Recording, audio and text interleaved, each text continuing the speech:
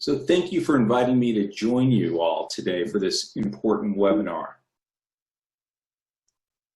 Last summer, I spoke with Sabrina Fowler, the principal of a large suburban high school in Nevada. Here's what she told me. We have a very high population of undocumented students. We always understood they were here and they were our students. But last year brought to light that the country wasn't seeing them that way. And it was really affecting the way kids and families felt in our community. We were facing so many kids afraid of being deported, being discovered, kids afraid to engage in school and ask for help and fill out forms that we need to help them. The kids have anxiety about whether their parents are going to be here the next day. We had a higher rate of suicidal protocols amongst our Latino population, and a lot of it had to do with fear of what they would do if their mom or dad was deported. Oh my gosh, we had 2 parents who were actually deported. The kids were living with friends on couches, couch hopping so that they could survive. That insecurity was killing kids' motivation for school. Watching the energy and drive for these students inside classrooms go down, it's heartbreaking. You see it on kids' faces. There's emotional strains and insecurities that we have to address so that kids can learn.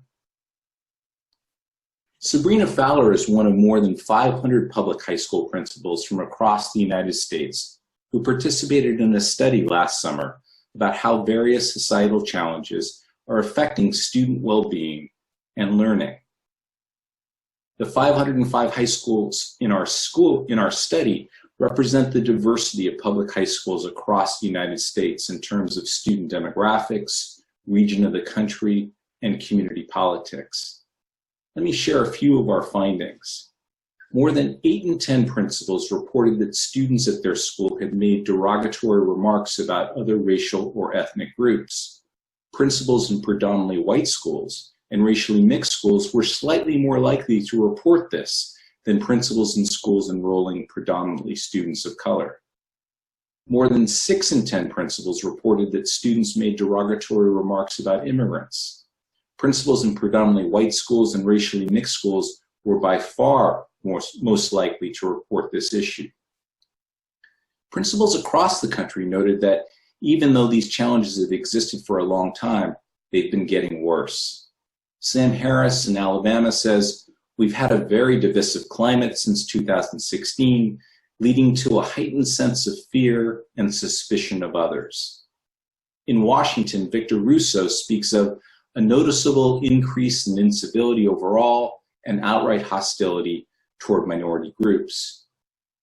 In spring of 2017, I had surveyed 1,500 teachers across the country, and many used the word emboldened to describe students' use of racially charged language. I heard this word echoed by many principals last summer. Kathy Burton in California told me, "Civil discourse has deteriorated over the last couple years. Students are more and more willing to say outrageously racist, homophobic, whatever phobic things, believing it's their right to do so."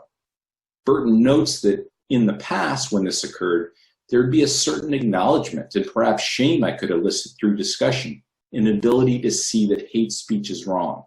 That is less and less true now. Burton went on to tell me that when she has called parents to talk with them about these issues, many have sided with their children.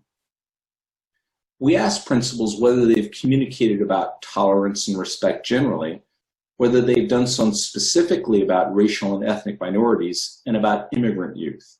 As seen in the bottom chart, fewer principals have spoken to their students about the importance of tolerance and respect toward immigrant youth, and principals in predominantly white schools were least likely to have done this, even though they were the most likely to report a problem. This next chart focuses on just those predominantly white schools. It shows that principals of predominantly white schools located in congressional districts that voted strongly for Donald Trump in 2016 were the least likely to have communicated to their students about the importance of tolerance and respect toward immigrant youth. More than half of principals in our study report that students from immigrant families have expressed concerns about their well-being and have had difficulty focusing in class or have missed school due to new policies or political rhetoric related to immigrants. More than half of principals also reported that broader political forces have made it more difficult for immigrant families to support their children's education, to participate in school activities, and even to share information with the school. This chart shows that these effects are most pronounced in the western region of the country, shown on the top of the chart, and in cities, shown on the bottom of the chart. Many principals note the stress of students from immigrant families. Kathy Burton, who I quoted earlier, said, "It's huge at my school, absolutely huge." At the high school level, many immigrant students have grown increasingly concerned about what changing immigration rhetoric and policy means for their future. In North Carolina, some of Todd Phillips' students are, quote, just not as driven to achieve academically as in the past. They've become, quote, less focused on their grades because they're wondering, well, what's the use, unquote. A prime concern for many students is that their parents will be deported. Rita Sena, a principal in California, describes this fear as, quote, more palpable now than I recall in the past, unquote. Other principals spoke of the effects on students after parents have been deported. Gerald Weiss in Michigan noted that his students withdrew into a shell. Willie Fields in Florida explained that after some of his students' parents were deported, young people were, quote, left on their own with no means to feed themselves, get clothing, pay the bills, or anything, unquote. More than half of the principals surveyed report that national immigration policy and rhetoric have made it difficult for some parents to support their children at home or to participate in school activities. Leonard Palmer in Arizona explains that his parents are reluctant to attend school events because, quote, something like a taillight out could result in someone being picked up. Phil White, a Connecticut principal who's fluent in Spanish, has found that parents are afraid to show that they are Spanish speakers. Fred Palma in California notes, you could really feel a kind of drawing back of our Latino community as far as engagement goes and their willingness to share information that would possibly benefit students. Things as simple as financial aid for college. About 8 in 10 principals report that their schools have partnered with community-based organizations to support immigrant families, and 5 in 10 have partnered with legal services. But the quality of these services vary widely and are often shaped by the resources available in different communities. Schools and cities with extensive networks of immigration services are able to connect families with less effort and much more effectively than schools in other parts of the country. Olivia Miner in Wisconsin points out the importance of having public officials assure immigrant families that students will be protected while at school. Miner recently moved to Wisconsin from a sanctuary city in another state. At her previous school, immigrant parents viewed the campus as a safe space, but now, quote, because it's not a sanctuary city, the undocumented community is far more vulnerable.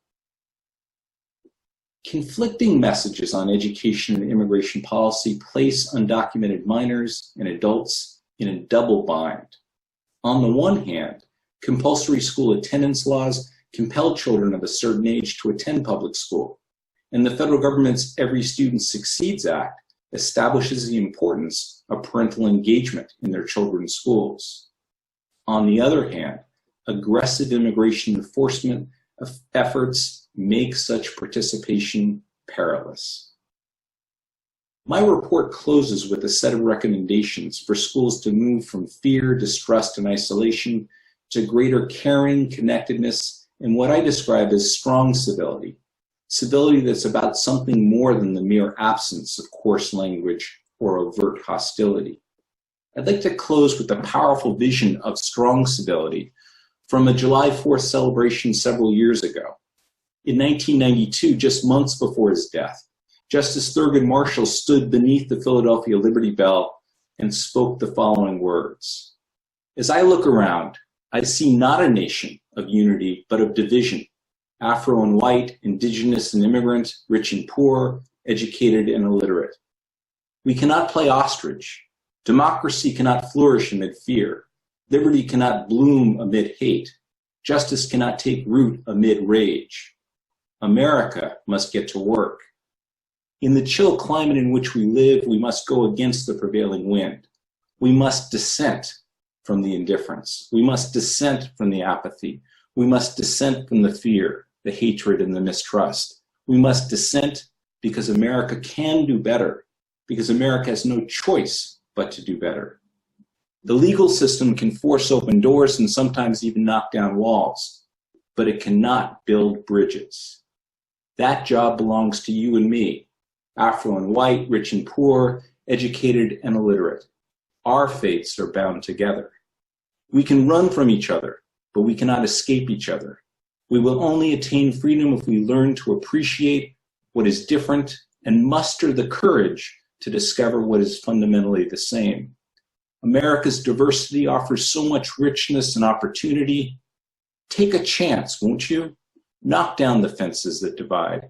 Tear apart the walls that imprison. Reach out. Freedom lies just on the other side. We should have liberty for all. Thank you.